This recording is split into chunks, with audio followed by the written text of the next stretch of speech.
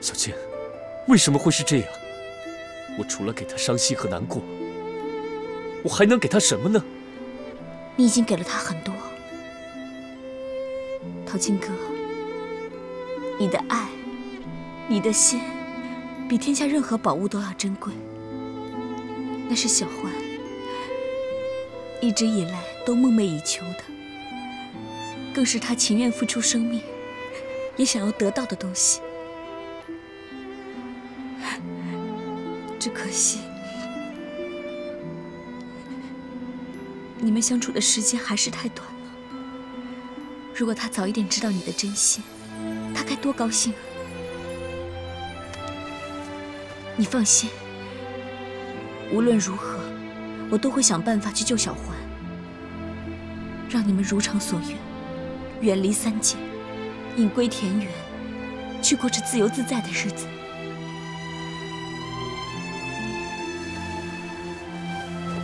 小倩，你和小环付出了那么多，你应该有更重要的事情要去完成。以后小环就交给我来保护吧。他活，我就活；他若是不幸，我陪他就是。谢谢你，陶金哥，你答应我。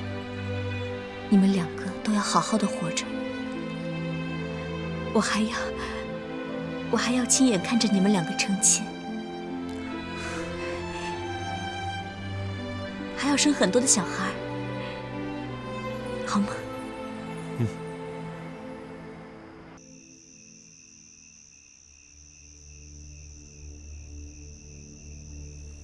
陶金哥，姐姐。恐怕小环要先走一步了，你们不要挂念我，为了你们，我无憾了。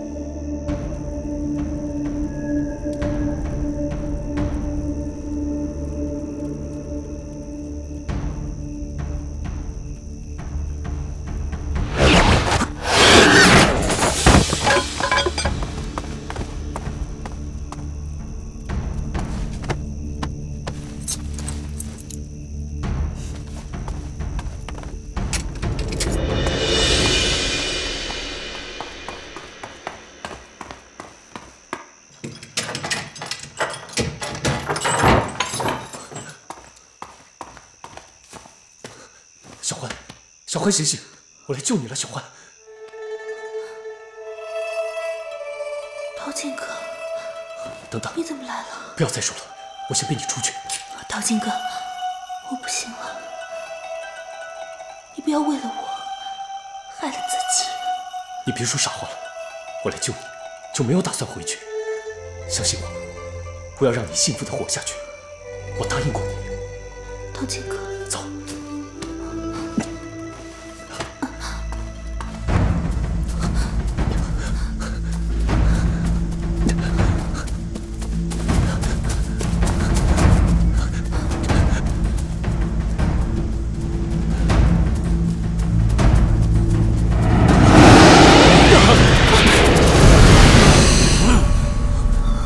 师傅，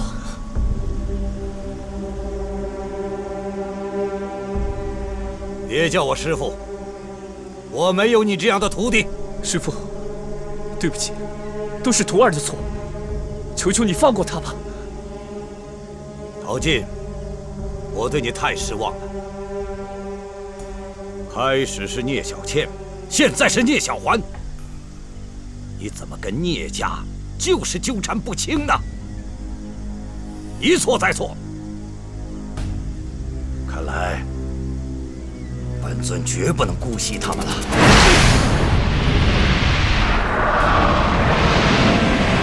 不要！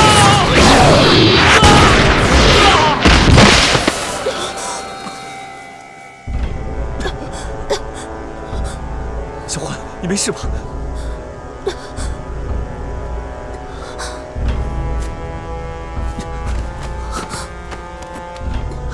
师父，小欢都已经这样了，对你根本就没有威胁，你就看在弟子的份上，你就放过他吧，我求求你。师父，弟子发誓，马上带他远走高飞，再也不回黑风寨。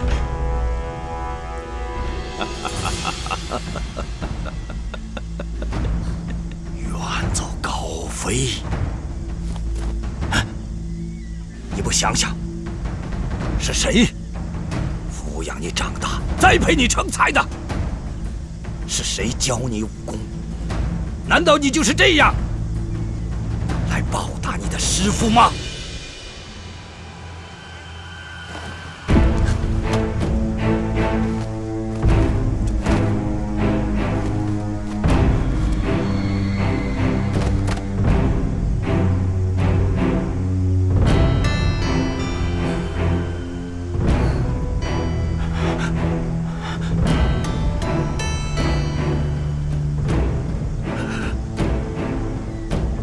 师父，对不起，都是徒儿的错。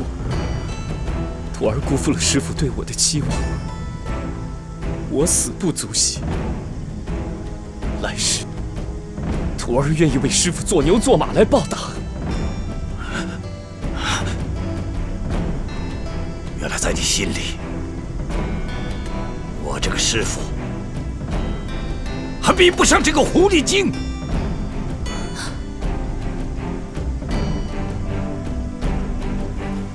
处处维护他，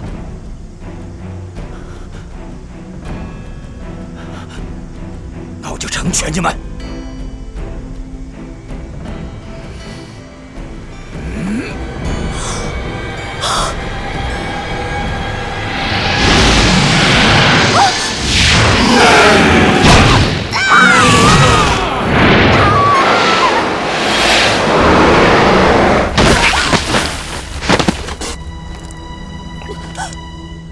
小欢，小欢，小欢，小欢，你醒醒！小欢，你别吓我，快醒醒啊！小欢，你看看我，我是你淘金哥。小欢，小欢，淘金哥，小欢，小欢。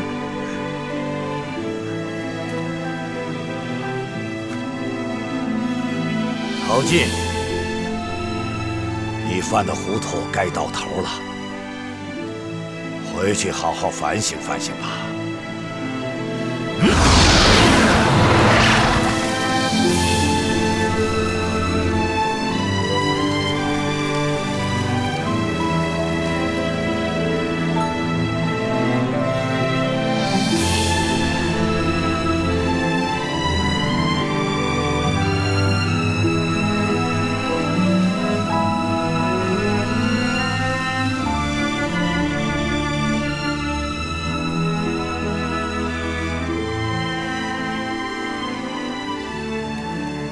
你给我的幸福，就算死也不会忘记。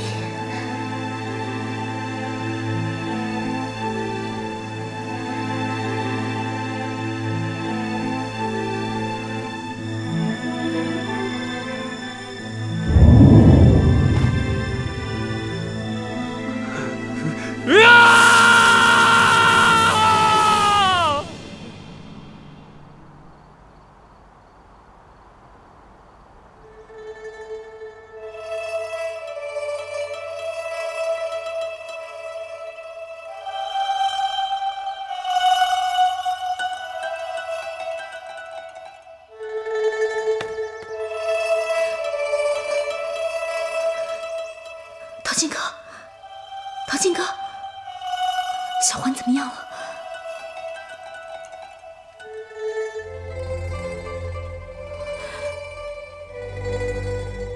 他死了，为了我这个没用的东西。小欢，你怎么这么傻？你为什么要帮我挡了一场？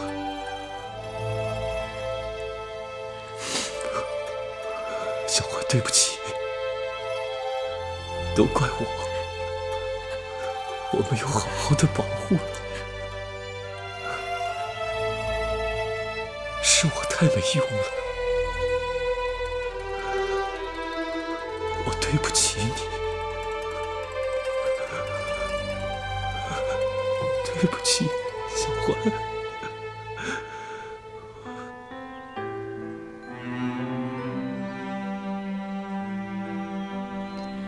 小环，你要好好的陪娘还有舅舅。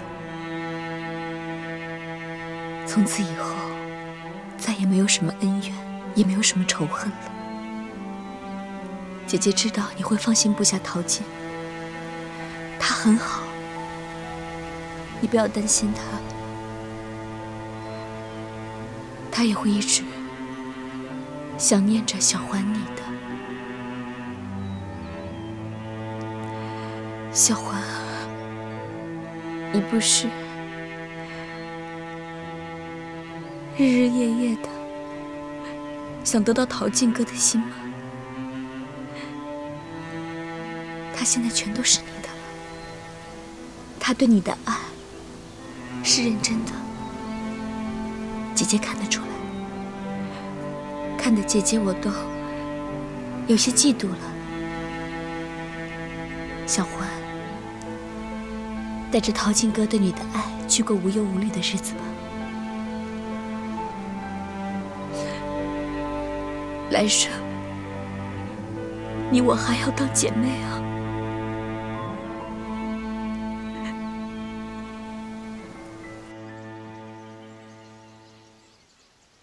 我叫你来，是想让你协助杜月笙混进燕赤眉巡剑的队伍里。配合杜月笙？以你的身份，那是大材小用了。不过本尊只信任你，派你去，我就放心了。谢谢主人信任。聂小倩和杜月笙只不过是个棋子，这盘棋下完了，他们的命也就到头了。本尊相信你，因为你是我的心腹。一统三界之后，你肩上的责任可就大了。人界有一句话，知人善用。你回去好好琢磨琢磨吧。属下明白。另外还有一件事，你应该能派上用场。当年血魔被一个叫严厉的捉妖人追杀得走投无路，后来不知道为什么，血魔将严厉给杀了。据我所知，这个严厉就是现在严羽生的父亲。原来是这样。我想你好好的设计设计，让严羽生和血魔鬼打鬼，引起他们的内讧，拖延他们寻找神剑的时间。明白。因为本尊需要闭关一段时间，如果给他们捷足先登，找到神剑的话，对我一统三界或多或少也会造成麻烦。是，谨遵主人令。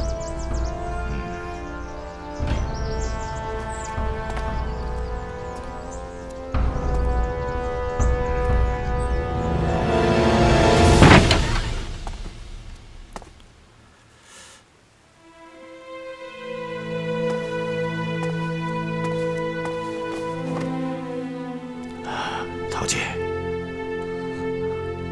陶姐，师父，师父，徒儿知错了，请师父原谅我。徒儿不该迷恋女色，更不应该忘记师父对我的大恩大德。徒儿罪该万死，罪该万死。不，我不配做师父的徒儿，求求师父，杀了我吧，就用我的命来回报师父。你杀了我吧，师父。陶姐，可怜天下父母心。天底下哪有父母会害自己孩子的？虽然你不是我亲生的，但是师父养你，教你这么多年，在我的心里面，你就是我的亲生儿子。对不起，师父，是徒儿错了。我惩罚你，其实是为了你好。但是看到你受苦，我的心里比你还要痛。你明白吗？师父，徒儿辜负了师父对我的期望，徒儿罪该万死。陶琴呐，只要你迷途知返，也就不忘师父的一番苦心了。答应师父，把心情调整好，为咱们师徒，不，为咱们父子俩的江山建功立业，好吗？弟子明白。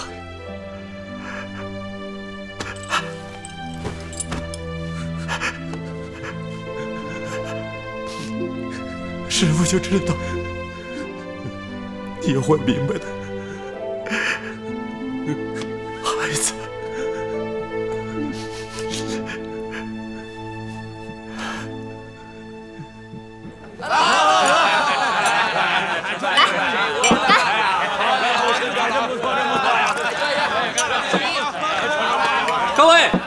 各位，静一静。赤眉道长说了，不必人多势众，兵贵神速。没错，我们这次去找神剑，还是不要太张扬了。那是。这好办，我们大家都听赤眉道长的，好，他说谁去就谁去，其余的都在原地留守，监视黑风寨的动静，好吧？好。太好了，我们终于等到找神剑这一天了。今天我们要好好的庆祝一下。等咱们拿到了神剑，就由赤眉道长统领，攻打黑风寨，打垮黑风老妖，还三界和谐安定。好。大哥，看谁来了？猪妖兄弟，来坐坐。来，坐。请。坐。阿文，倒酒。好嘞。你们是在举办宴会吧？啊，好香啊！你说对了，兄弟，因为我们马上要打黑风寨了。今天聚在一起喝酒有两层意思：一是预祝进攻黑风寨马到成功；二是预祝三界今后从此和谐安定。你也喝，你也喝。来，老朱，我敬大家一杯啊！好。哎，要说打黑风寨啊，我告诉你们啊，还得是我们血魔大哥。前辈，你可不知道，说呀，当年我们血魔大哥那叫一个威风啊！大哥，你还记得吗？啊，当年为了罩住三眼牛那个臭小子，你还惹上了一个捉妖师呢。都是旧事，不必再提。那怎么能不提呢？啊，奶奶的，那捉妖师啊！那叫一个牛啊！哎呀，当时啊，我们有30多个弟兄，全都折在他的手下。要不是血魔大哥把他给杀了，那还不知道得折多少个弟兄呢。猪妖兄弟，都是陈年旧事了，不值一提啊。你来的路上有没有碰到黑风寨的伏兵啊？上次聚会的时候，那些兄弟可是吃了大亏了。我知道啊，所以说啊，我这次来啊就非常小心哈。这次我路过黑风寨的时候，我基本上就没有和他们那些家伙照面啊。咱是谁啊？啊，云石山的老朱啊！来，喝酒，喝！来，喝酒，喝酒！哎呀，喝！来，你不行啊！哎呀！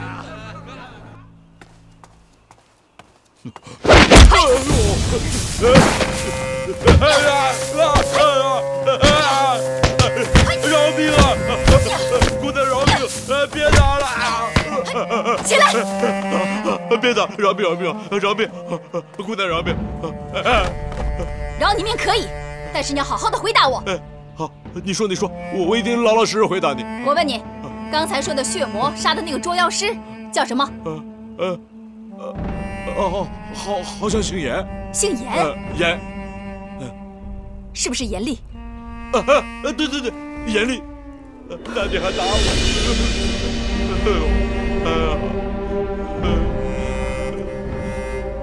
真的是他。大哥，喝酒。怎么了？啊，小雨啊，这是客人，你怎么回事啊？师傅，这只猪妖他已经承认，血魔就是我的杀父仇人。我苦苦找了这么多年，今天终于找到了，居然是血魔！血魔，我要用你的命来祭奠我爹！你还有什么话好说？的确如此，我无话可说。啊！既然你也承认了，你就拿命来！严雨生，你给我冷静点！也许有什么误会，你让血魔大哥解释清楚，别冤枉了好人。你让开！严雨生，你给我稳住！喊不住你了啊！现在人血魔改得多好呀，改成人模人样了啊！就算这老猪说他杀了你爹，你问清楚再发怒也不迟呀！师傅，杀父之仇不共戴天。今天不是你血魔死，就是我亡！冷静！站住！血魔大哥，有什么话等雨生姑娘冷静了再说吧。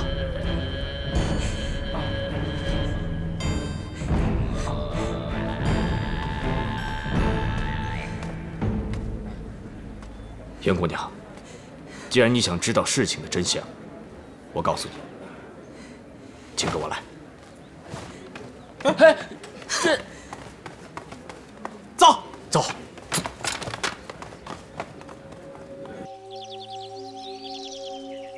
严姑娘，血魔就站在你面前，想为你爹报仇，就动手吧。好。严雨生，不要做让自己后悔的事。小雨啊，你给我住手！聂前辈、严道长，你们不要阻拦他，动手吧。我血魔被追杀了大半辈子，实在是太累了。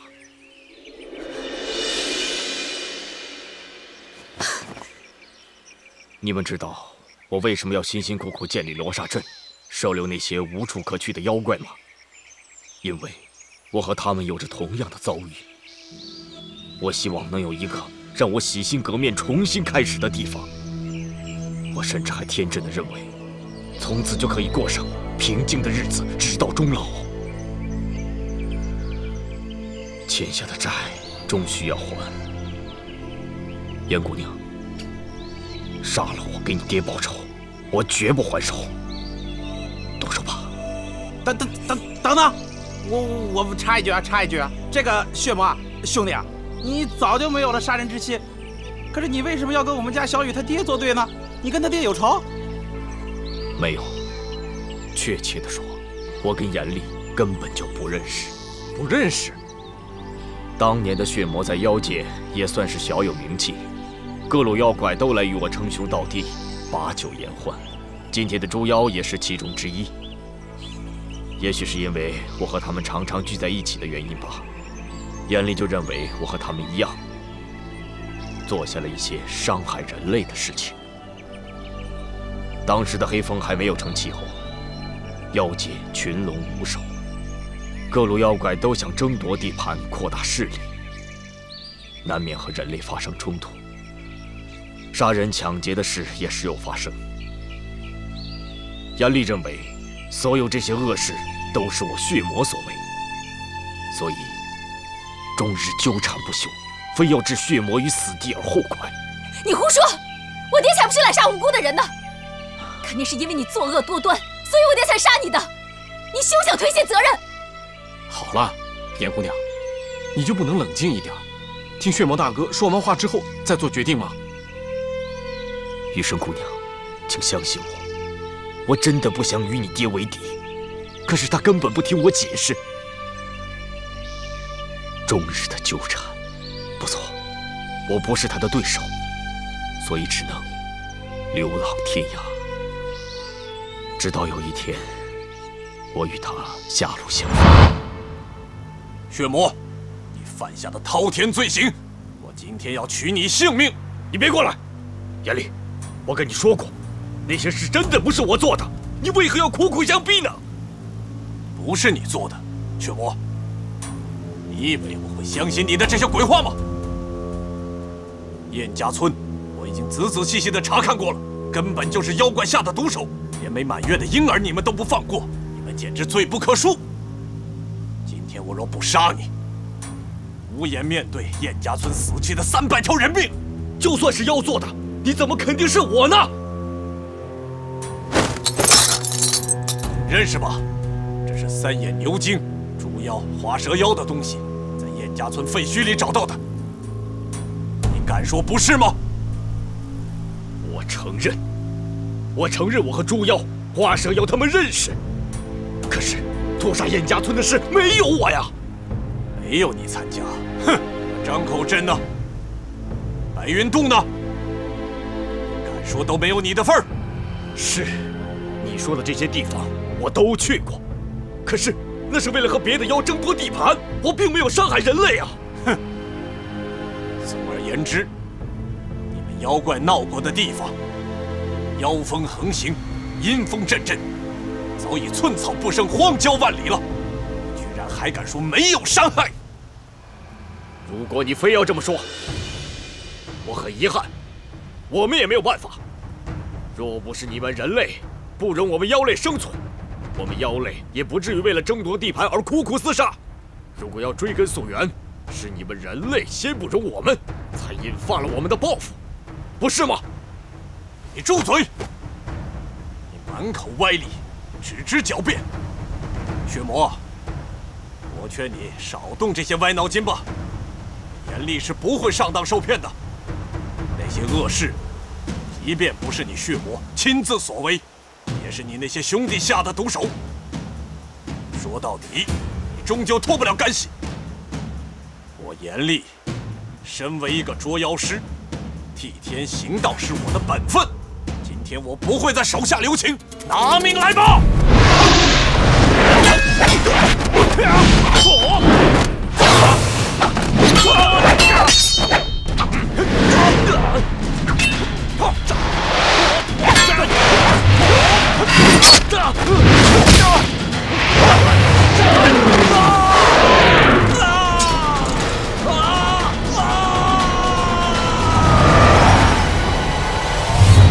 你胡说！你编这么多谎言，不就是想掩盖你的恶行吗？我爹他绝对不会冤枉你的，而且怎么会那么巧？他偏偏自己撞在你的刀尖上。血魔，你真拿我当3岁小孩子吗？这么幼稚的谎言，你觉得我会相信吗？算了，如今任我说什么，你都听不进去，是吧？血魔大哥，我毕竟是杀死雨生他爹的凶手。我不杀博人，博人却因我而死。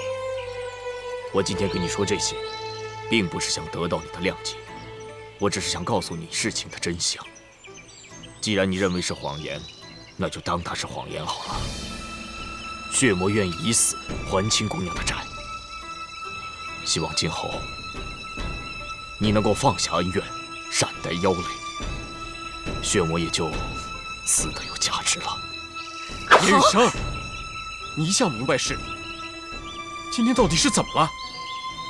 现在是对付黑风的关键时刻，你就不能抛开个人恩怨，顾全大局吗？对呀，小雨啊，这古人早就云过，放下屠刀，立地成佛。这血魔啊，他以前做了多少坏事咱不说，人后来改了，痛改前非了，啊，他帮着多少妖怪重生啊，做了多少好事啊，你爹活着也会原谅他。小雨啊，你信不信师傅一句话，你杀了血魔，你就后悔了。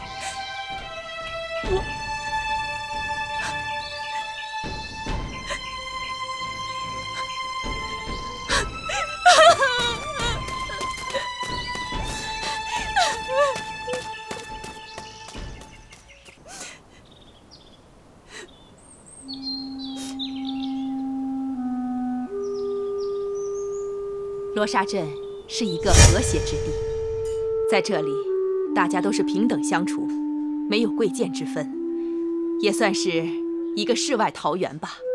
当时的前辈们创建这里，就是想借这里给那些一念之间失手犯错的人一个重新改过的机会。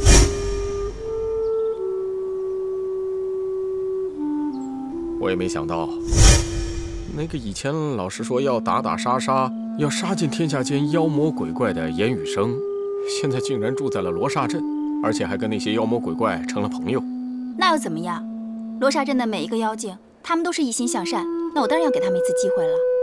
而且血魔大哥说了，只要怀着一颗宽恕的心，你就能看见这世间最美好的东西。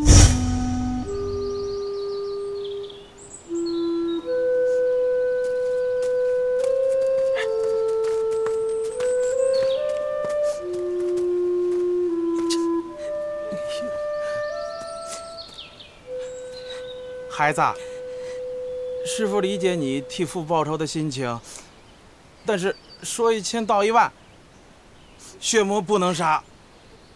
余生，你想一想，如果你真的杀了血魔，但是你知道，血魔其实说的全部都是真的，你爹真的冤枉了他，这一切都是个误会。你爹已经死了，你又会怎么做？啊，是啊。如果这血魔真的该杀，师傅帮你一起杀他，杀个血魔还不容易，易如反掌。师傅拿着叉子插他一身的窟窿眼儿。可是你想想，孩子，杀了血魔，你爹就能回来吗？啊，你从此就能快乐了吗？不，杀了血魔，第一，你爹回不来；第二，你快乐不了。真正快乐的人是谁呀？是黑风老妖，他要谢谢你呀，他谢谢你帮他扫除了一个障碍。扫除了一个阻碍他统治3界的障碍呀！孩子，好话赖话，我们都丢在这儿了啊！你自己拿主意。我相信我的小雨，不会去做让亲者痛、仇者快的事情。余生，其实你刚才有机会可以杀了血魔，但是你却没有下手。你说啊，为什么？是，我就是没用，我没用。杀父仇人站在我面前，我却不忍心杀他。爹，女儿不孝，女儿不孝。他还不孝？你说？不是你不孝，余生，而是你明白，血魔是无辜的。余生，因为你有一颗善良的心，你能够感受到血魔的歉意，也能够感受到他悔过的真心。怎么会这样呢？怎么可能？怎么不可能？因为血魔大哥刚才的行为足以证明他是个有担当的人，并没有撒谎。大木头，真的是这样吗？是这样。想想当初，你不也是逢妖必杀、逢魔必降的吗？可见当年你爹会何等的嫉恶如仇，眼中难容煞子。如果不是将血魔逼得没有办法，他怎么可能痛下杀手？以你爹的身手来看，血魔与他对阵，绝对是迫不得已、无可奈何的。是啊，最重要的是，之后的血魔，他变了，他一心向善，他帮了那么多的人，帮了那么多的妖。你爹一条命，换来了这么大的善果，他若在天有灵，也会感到无比欣慰的。孩子，咱们捉妖人，不是说把妖怪抓了杀了就完了，咱们得感化他们，感化他们从此向善，感化他们与人类和谐相处啊，这才是王道啊！嘿嘿嘿，这就对了吗？哎，走！哎呀，怎么了？腿好麻呀！哎呦，来，让你飞，走了，走了。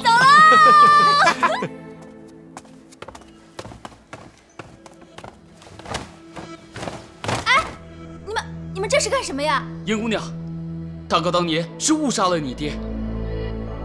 那以后，他一直耿耿于怀，他始终活在悔恨之中。我求求你，看在大哥多年行善，帮了这么多人和妖的份上，求你原谅他。如果你还不解气，我阿文愿替大哥一死，为你爹偿命。你快起来吧，你快起来，你们快起来吧！你不答应我们，我们都不起来。我们都不起来！严姑娘，你就答应他们吧。是啊，严姑娘，咱们跟血魔大哥相处的那么好，你忍心杀他吗？你们谁听说我要杀血魔大哥了？喂，死胖子，你哪只耳朵听说我要杀血魔大哥了？哎呀！其实雨生姑娘早已经原谅了血魔大哥，你们都起来吧。道长，你没骗我们吧？哎呀，没骗你们，是真的，真的是真的。谢雨生姑娘，谢谢雨生姑娘，谢谢雨生姑娘。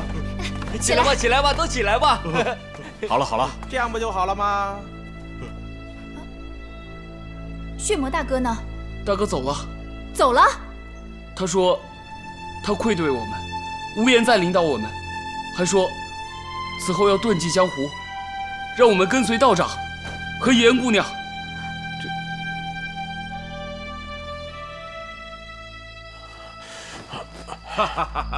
恭喜恭喜啊！来，谢谢，同喜同喜，干了这杯。好，干！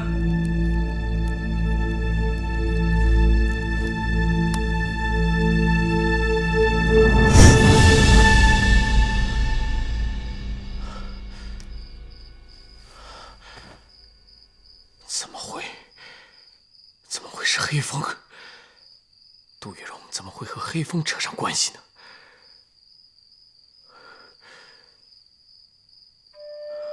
宁采臣的前世娶的是杜月笙，啊，不对，应该说是杜月笙的前世。可是最奇怪的是，这个杜月笙的前世，怎么会在婚宴上面对黑风老妖落泪呢？究竟杜月笙的前世跟黑风老妖之间是什么关系？他们怎么会纠缠在一起？更奇怪的是，这个宁采臣的前世深陷于战乱当中的时候，他的妻子，也就是杜月笙的前世，却不在他的身边，而赶来替他万箭穿心的是聂小倩，不对，是聂小倩的前世。你们听明白了吗？我都被你绕糊涂了，我就听见前世。你以前学过绕口令啊？对呀，你说的什么呀？把我们几个都说晕了。这还没听明白啊？哎，没关系，我再梳理一下，我重新再说一遍。不，算了啊！你别梳理了，你说不清，我来替你梳理吧。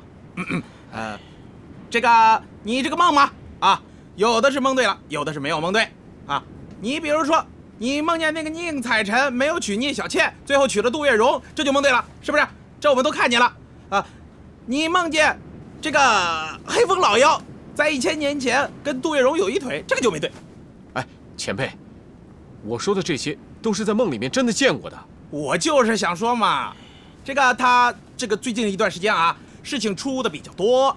我们这个燕赤霞道长呢，心力交瘁，哎呦，那个操心呢，日有所思，夜有所梦，对吧，道长？哎呀，师傅，其实你不懂啊。燕赤霞呀，她是小倩的引渡人，而且她跟小倩有悠远的缘分。自从小倩和宁采臣他们相识以后，燕赤霞她经常会做关于几千年前的梦，而且，你不是也问过宁采臣吗？好像基本上都吻合。所以说，她的梦啊，不是普通的梦，而是有意义的梦。其实啊，我师弟这个梦啊，用道家的理论来解释，是心灵感应，仿佛冥冥之中还是有些先知先觉。我想，咱们先不要讨论这个梦到底是怎么回事，要提高警惕，及早准备才是。没错。哦，对了，我还得叮嘱你们一句，这个梦牵扯到宁公子，前景是好是坏也看不清楚。我的意思是，咱们先不要告诉他，免得影响他的情绪。放心吧，我明白。师弟啊，我有话要跟你说。师兄啊，难道你不怕聂小倩有诈吗？毕竟她和宁采臣之间发生了那么多的恩恩怨怨，而且她也曾经说过，她投靠黑风，就是要向宁采臣报仇啊。话虽如此，如果他想对宁公子下手，简直易如反掌。